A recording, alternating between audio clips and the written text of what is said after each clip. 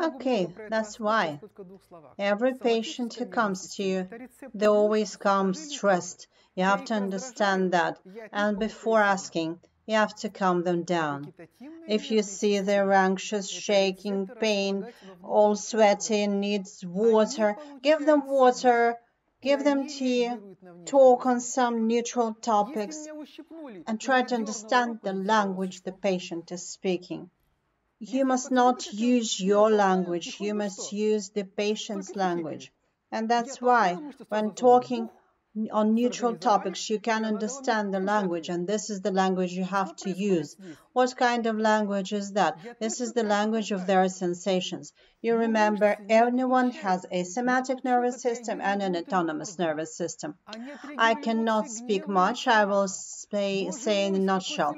The somatic nervous system is made up of the receptors, and I get a signal from them when I irritate them. And the vegetative nervous system is made up of the receptors in the internal organs. They receive the signals and they respond to external stimuli.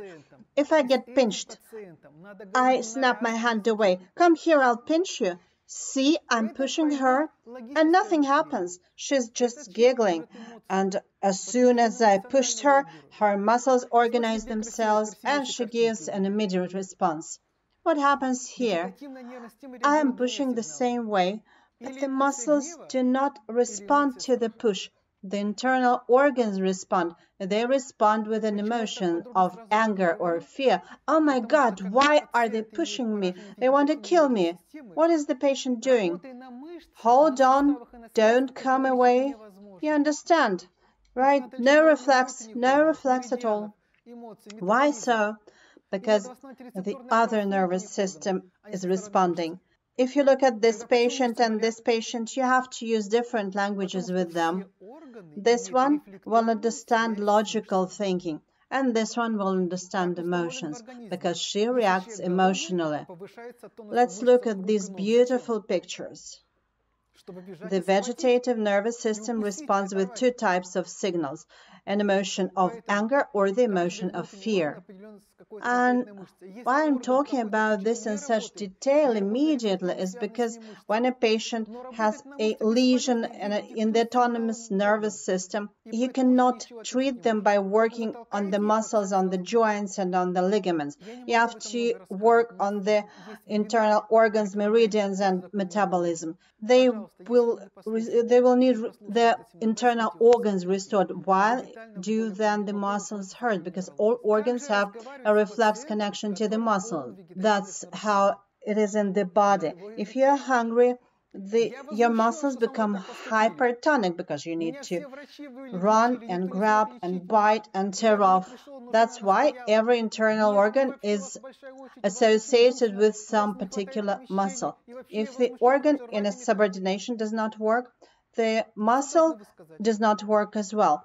And that's why you push the patient and the patient falls immediately. No reaction, no response. I cannot speak about that more. We have a webinar on applied kinesiology, neurology, laws. Please watch it and you will see or understand the laws in more detail. How do we speak with the patient who's full of autonomic nervous system disorder in their language? I am so resent being treated like this. Every doctor treats like this. You have a long line and it's very stifling in it here. And I want to tear and rip. I'm so angry. What do you have to say? You have to say, calm down? Oh, how can you calm me down? Am I feeling unwell? Let's calm down. Let's speak. Am I not speaking right?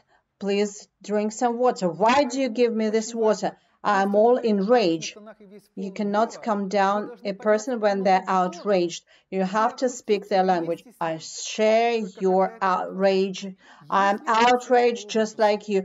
I fully understand you. I want to rip and tear. Let's rip and tear together, but let's first understand why you want to rip and tear, why you're so indignant. Because we want your rage to be constructive. Let's see what's happening. Let's be constructive. Your timbre, your voice, your emotions have to let the patient know that you're someone who understands them. No one understands, only you can do that. So it's very important. If they're speaking loud, if they're full of anger, you have to go to the same tone and you have to go down with them, only when it's possible. If the patient is full of terror, they come to you and they have forgotten everything and says, I'm even feeling better now that I'm here. This is a piece of paper with my complaints. Read what I have in here. And do you think you can ask them something? No, you mustn't ask them what's bothering you, what you do complain about. They're here and they're already dead of fear. They do not remember anything at all. Sit down next to them and speak in a quiet voice, speak in a calm voice.